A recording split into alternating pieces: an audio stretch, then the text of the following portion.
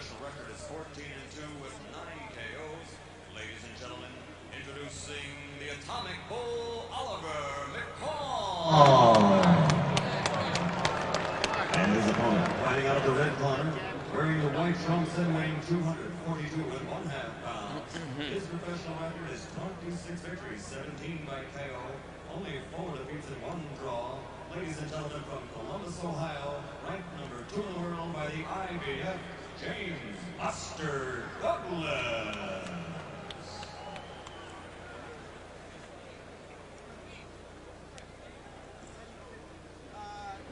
Hey, McCall, how do I get Ross? Listen, I want a clean fight, okay? The only pet peeve I got when I don't find the talk back here. That's why I'm, oh, I did, okay.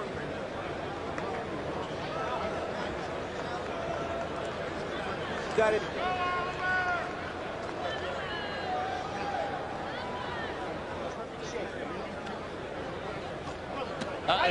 Larry, the incarnation of the name is obscured by the number of different versions of the story which have been told.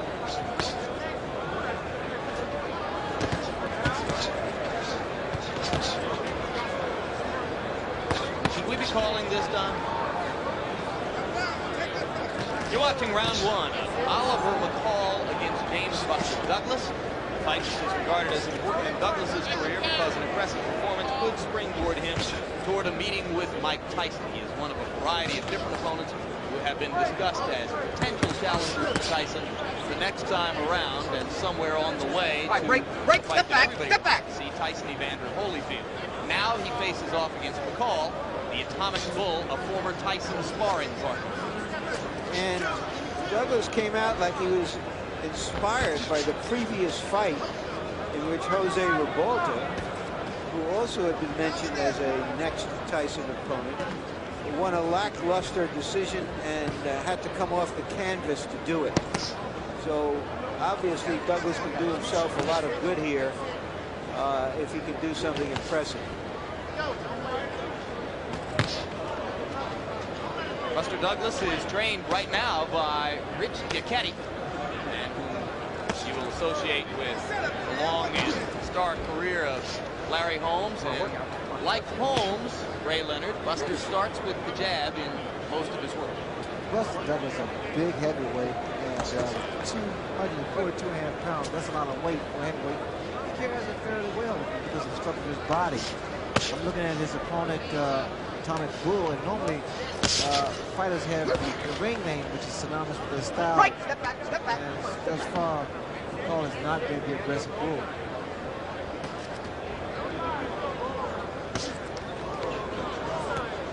There is McCall coming in behind the jab. Jim, McCall is a guy who frequently gave Tyson his best workouts. And he's one of those guys who's a gym fighter. He just fights well in the gym, but somehow when the bell rings in the arena, he doesn't perform. Step back.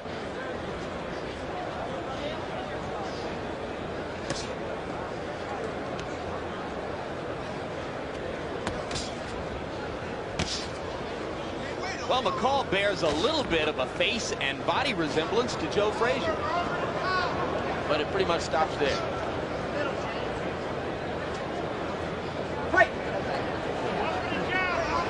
So we can say that nobody knows the real truth about how the truth goes. Yeah, I think that's fair. I mean, you know, I read one instance where somebody said to him, you know, there's so many stories about this that we don't know which one is true, and he said, yeah, but I'm about to tell you the truth. And then he told yet another story, which was that it had to do with Ray Leonard. Yeah, he was just telling me that, right. With the guys around the neighborhood say Ray Leonard was the real truth.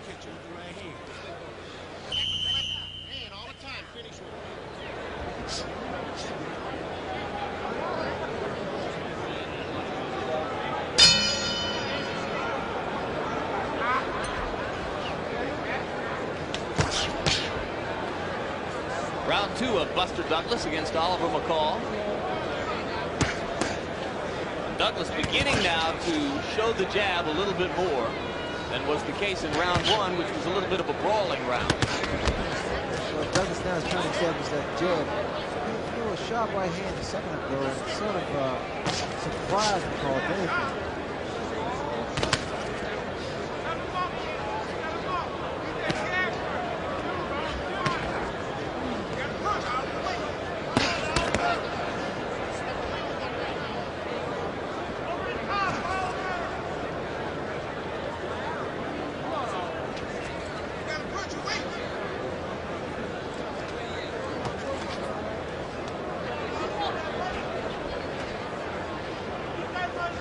Douglas is a plodding fighter who has difficulty looking spectacular.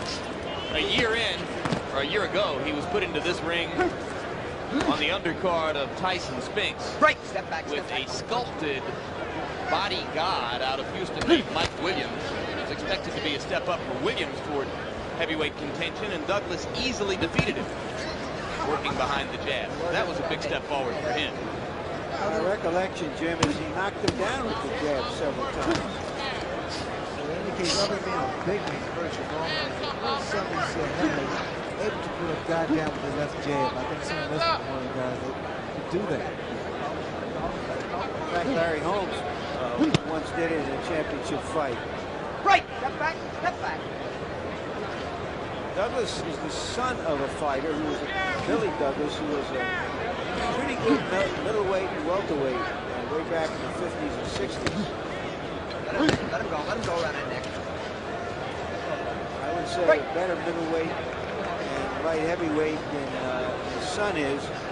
But his son is maybe on the verge of getting his second shot at a heavyweight title. Remember that he fought Tony Tucker for the IBF heavyweight title that had been vacated voluntarily by Michael Spinks.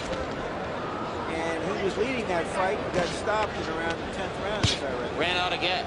That's right. All right, let me have it. Stop punching, stop punching.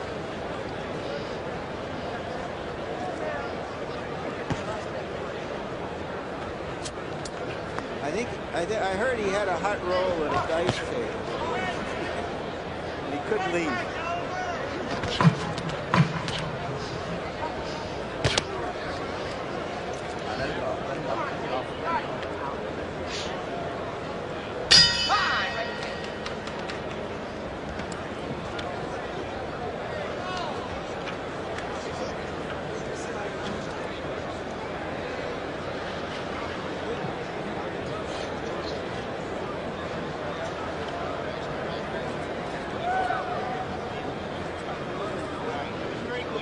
And ladies and gentlemen, let me introduce you to this lovely round card lady. This is Angela. Let's give her a hand.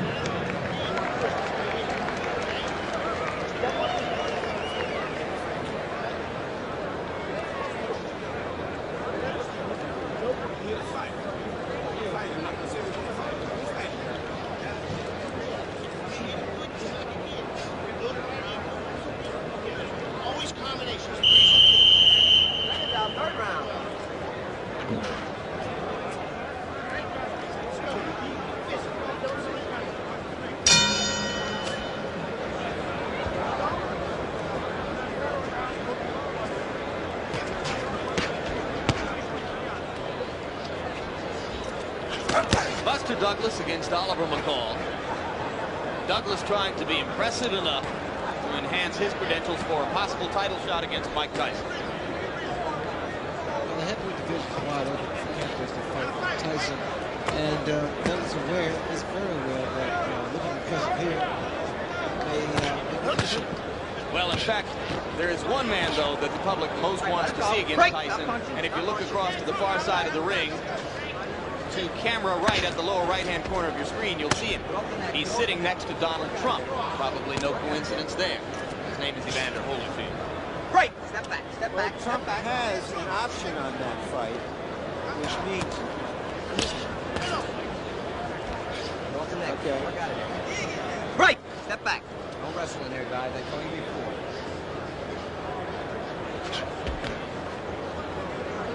Right.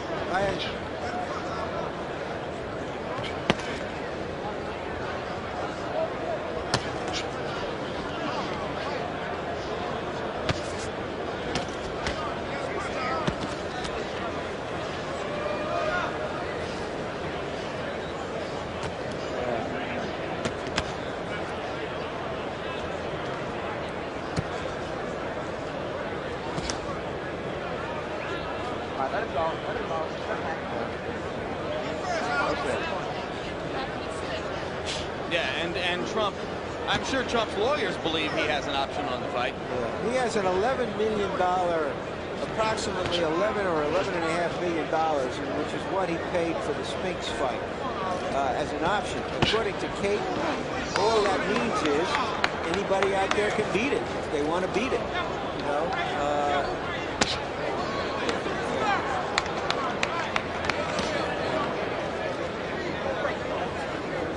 Well, Caton told me differently, but maybe you're right.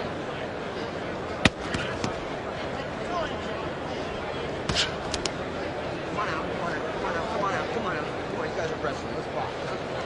Larry Holmes just came in. So if the truth doesn't show up, we can always put Larry in.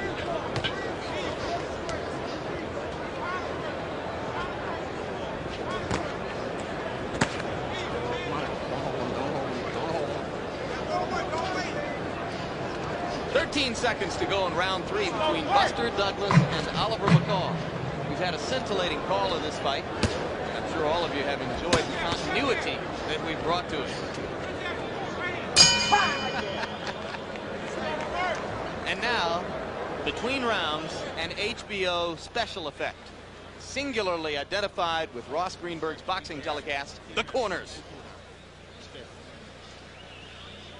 Sponge. Give me a sponge.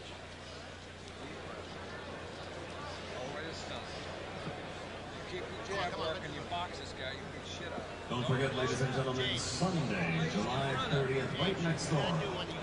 At the Trump Plaza Hotel and Casino, big afternoon of boxing. That's Sunday, July 30th. The featured bout will be WBA junior middleweight champion of the world, Julian Jackson, as he takes on the #1 contender, ranked by the IBF #1. That's Terrible Terry Norris of San Diego, California.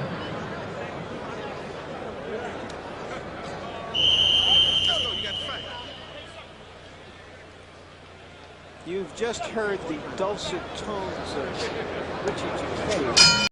Returning to Douglas's corner for Giacchetti, who was absent because of some disputes, probably over money, in at least his last fight, and maybe one other.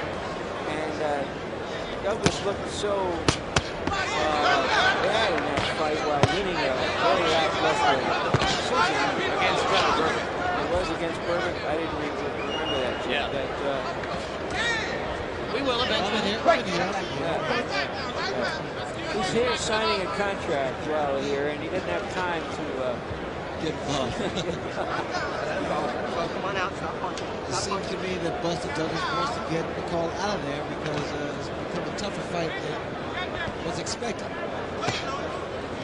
Buster Douglas knows to count much more an inside fighter as opposed to using step jab. Punch what he specializes in. Yeah, but in becoming so aggressive, Ray, he's giving McCall a chance to counter, and McCall has tagged him a couple times inside with counter punches. Well, that's normally the case, Jim, when you're tired. You resort more so to fight inside as opposed to moving. Now, Larry, can we take Giacchetti's return to Douglas's corner as an indication that Rich has given up any chance of becoming Mike Tyson's trainer? Well, you know, if you're around this game long enough, so many changes happen that nothing is impossible.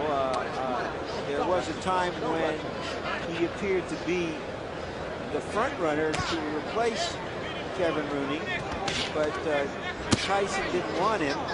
He wanted somebody who was familiar with his style and with somebody who came down in the line from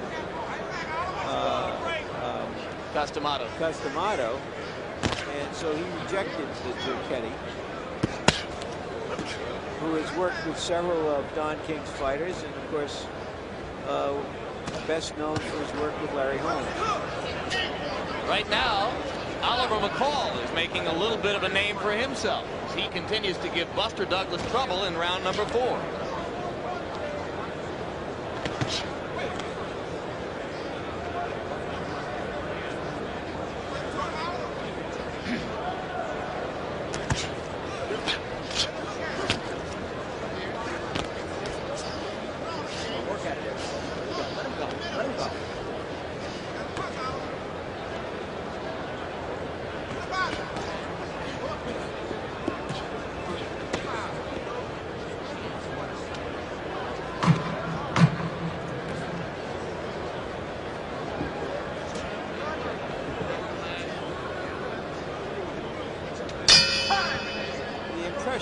left in these 4 rounds that neither of these fellows can fight a lick. 40 points on Harold Letterman's scorecard so far. Perhaps on his way to a Letterman shutout. And round 5 begins. Buster Douglas in white, Oliver McCall in black and red. And of course, Ray Leonard, what Buster would really like here is an impressive knockdown, particularly since Revolta struggled in the preceding bout. Well, what Douglas would like to see actually is that McCall accommodate him and allow him to knock him out. But with McCall, he needs to be a little bit more aggressive, because being the smaller man, the shorter man, he needs to be inside as opposed to trying to box Douglas from the outside, because you see what's happening here is Douglas is just using his left jab, getting closer, and trying to set him up for that right hand. Between rounds, Rich Giacchetti told Douglas that he wasn't waiting enough on his punching opportunities. A lot of times, fighters have a tendency, and I'm no exception, to wait for one big punch. But the key in boxing is to set each punch up, because a knockout just doesn't happen. You need to set it up. The left jab is the key punch, the key weapon for a boxer. And now you see Douglas working behind the left jab, 2 at a time. Now a third one that gets in solidly. And he's beginning to assert clear dominance over McCall midway through round 5. Well, you'll notice also that Douglas, as long as he uses his left jab, he's able to score very well. When he resorts to fighting inside, then it becomes susceptible to be hit and countered by McCall.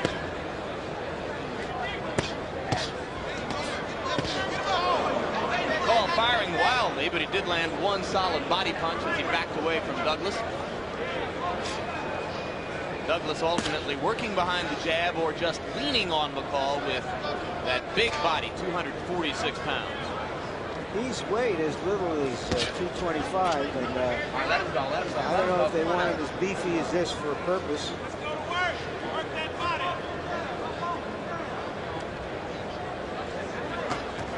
You notice McCall is just waiting for Douglas to throw a punch, and a lot of times Douglas doesn't take advantage of the opportunity.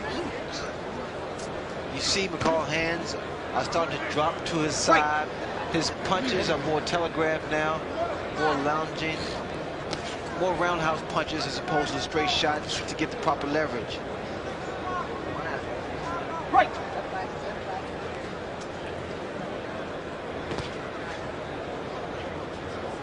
So you may hear during the rest period that Douglas is going to tell him that his opponent is tired, so pick up the tempo. Here you go. Indeed, the Tyson camp, when McCall was a sparring partner, loved the 1 or 2 rounds of intense aggression he would throw at the champ. They always said that McCall would begin to wear down in the 3rd round of sparring against Tyson, as most of us would, I'm sure.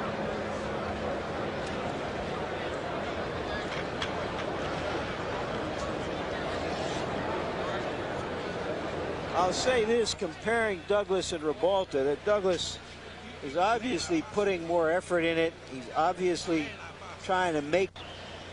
Come on now, go to work. All right? Work hard,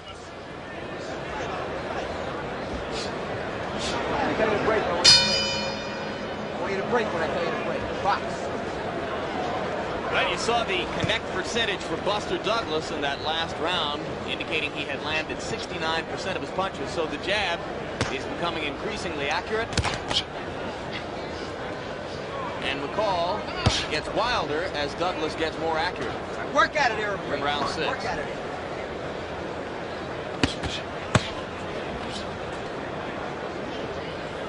Break. Step back. Step back.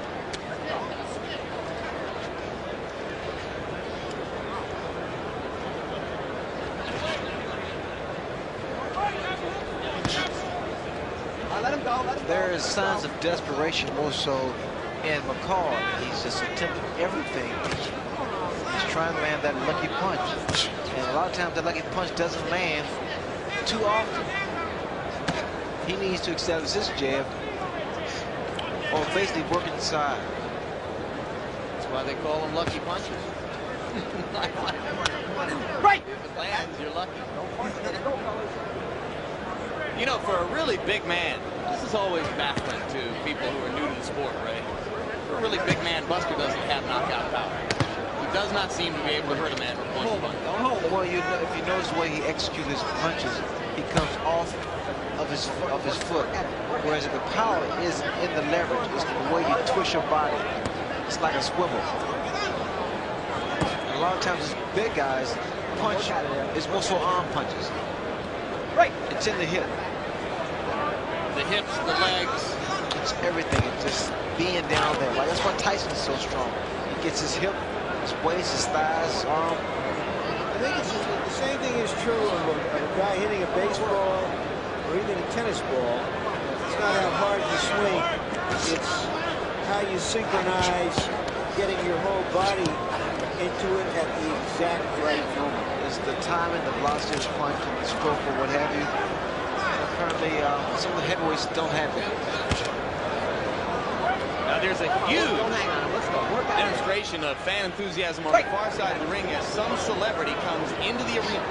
And for the moment, we're going to cast our attention completely away from Buster Douglas and Oliver McCall and try to figure out who's coming in. In fact, I, Jim Laughlin, am considering standing on my chair in mid-round. We'll get a glimpse of this, and it is Don and Melanie. Yes, it's Don Johnson and Melanie Griffith, ladies and gentlemen. They are in the arena, so let the festivities begin. Melanie, who has brought a new dignity to the notion of pregnancy. And Don, of course, who has brought new dignity to the notion of the 5 o'clock shadow. Come on out, come on out, come on out, come on out.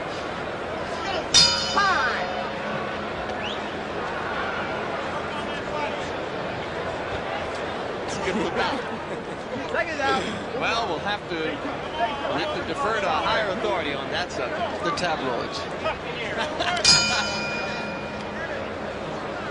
Put it in the pre-fight. Round 7 begins between Oliver McCall and Buster Douglas amid the hoopla surrounding the entrance of Don Johnson, Dennis Hopper. Come on now.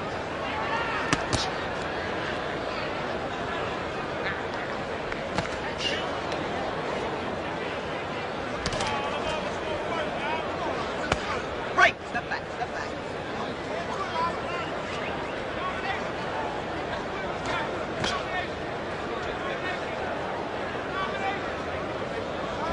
A cut on the front of his nose. Yeah, let's see it. Because we are tired of watching Buster Douglas and Oliver McCall. I want to know one thing. Is he still wearing his sunglasses? Okay.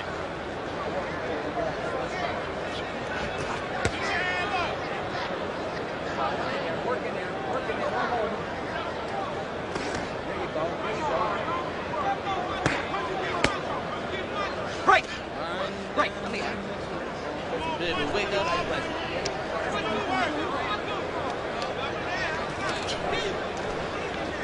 Come on, let's work with that.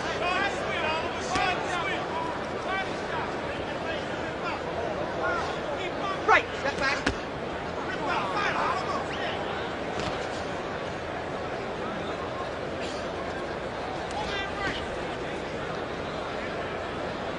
Come on, work.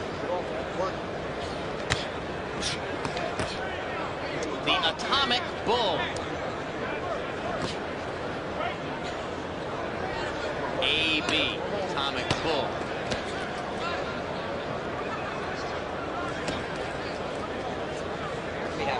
I not only have no idea what that means, I have no curiosity to find out.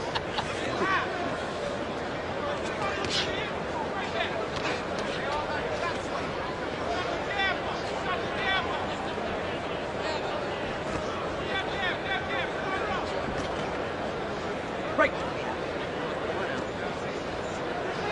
It seems to me that when Mike Tyson was fighting, and we often have abbreviated fights, that we're owed, the crowd is owed, really, not us, but the crowd is owed some interesting prelims, action-filled prelims. And it seems to me that we haven't been getting them. In due time. In due time. Yes, there you go. Maybe this means we'll get an action-packed main event.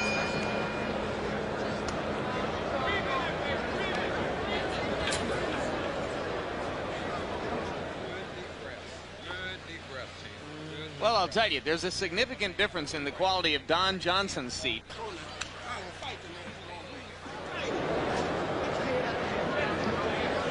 Fight the man. Ladies and gentlemen, fight the man. Hey! How you doing, Vince? How you doing, Vince? I'm fine. Good to see you. How are you? Good. I'm still working in this business. Something very interesting from McCall's corner. They say, you can lose this fight the man it needs. That's Oliver McCall's corner? Yes. You know, that was good advice. Lose with integrity. That was a good right hand on McCall. Get out of there. Didn't do too much damage to Douglas. No, but he stepped across and threw it with conviction. I think if Douglas just poured on right now, he would be far more effective. Go hard at it, Nick. Just go for it. 3 rounds to go. Douglas has improved his stamina since the loss to Tony Tucker in the IBF Championship box-off.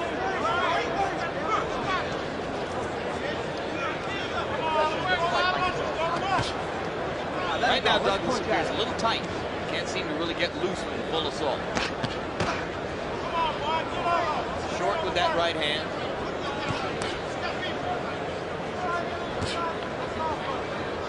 All right, break. Step back. Step back. Come on, guys, huh?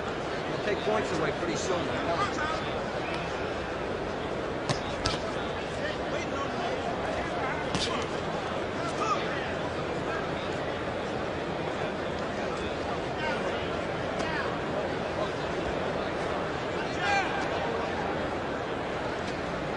Across the ring and out of our camera's sights, Don Johnson. Don Johnson watches the fight with the intense crystal vision, seasoned boxing fan.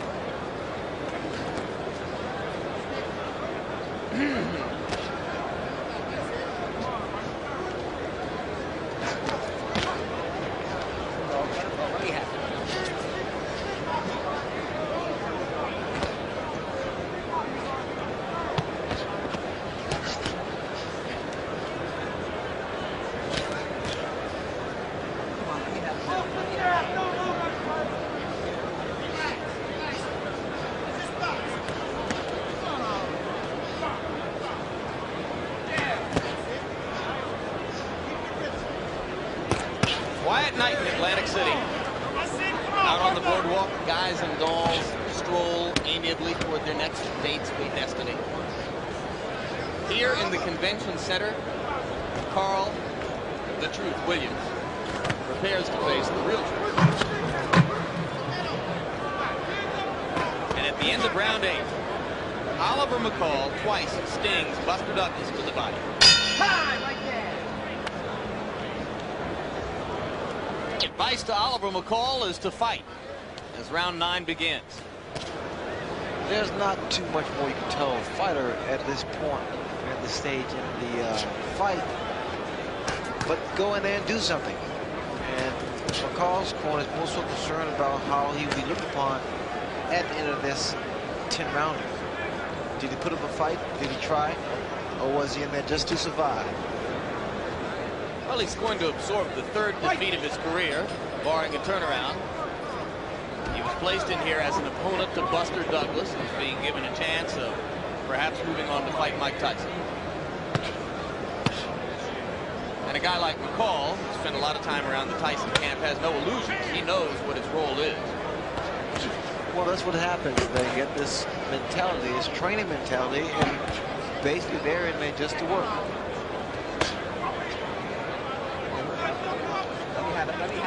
It takes a rare breed to overcome that mentality and turn themselves into the center of attention rather than the other way around, right, Brett? Well, no, it just happens to be allowed to check. That always helps, makes a difference.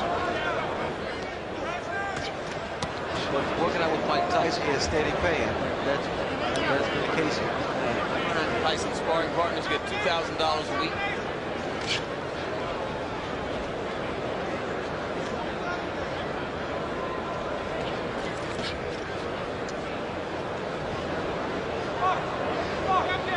Hard work, decent money.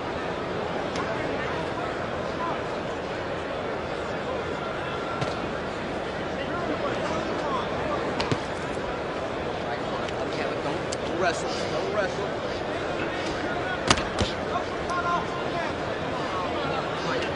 Wrestle around. Let's pop. Should be in shape. Let's go. Work at it. Work at it. Don't hold it. Work at it. Here you go. Work at it.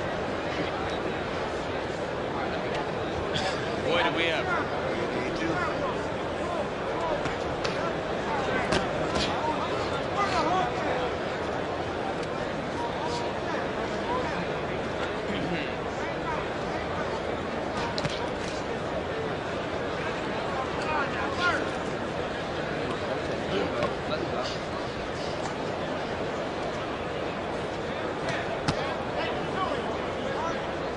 The good news is this is round 9 of 10.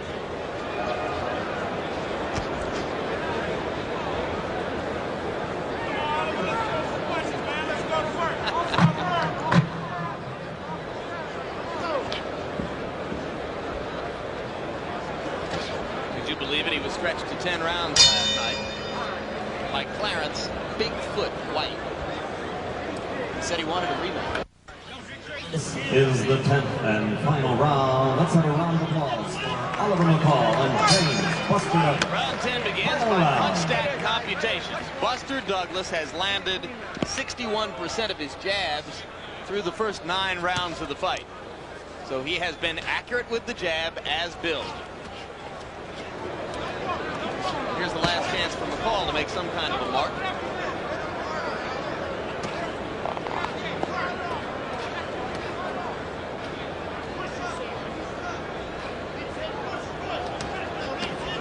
Yes, we have made mention of it.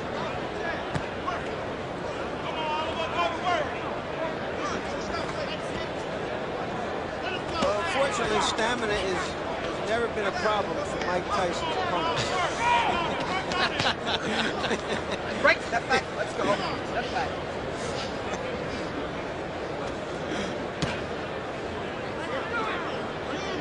Not required.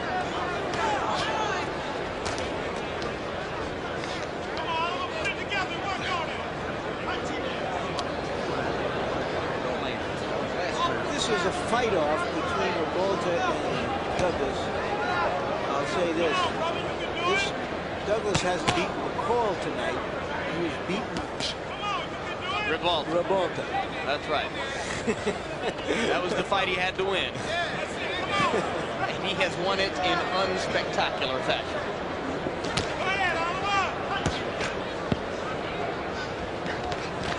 Big moment of the night. Revolta floored by Jeff Sims.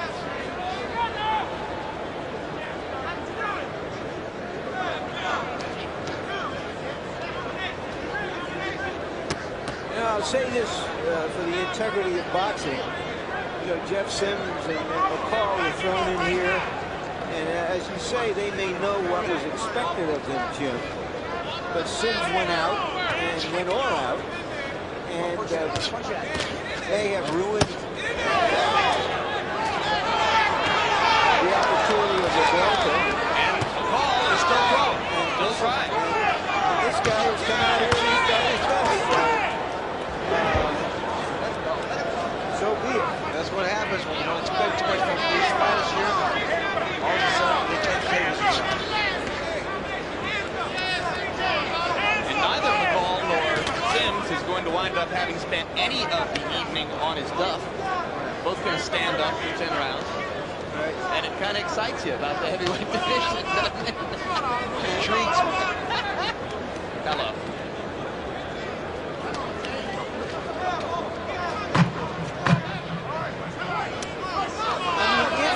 These two guys would have fallen down and been beaten. You know, the skeptics probably would have wondered about. Sellout crowd chanting Buster. Yeah, now's the time to do it.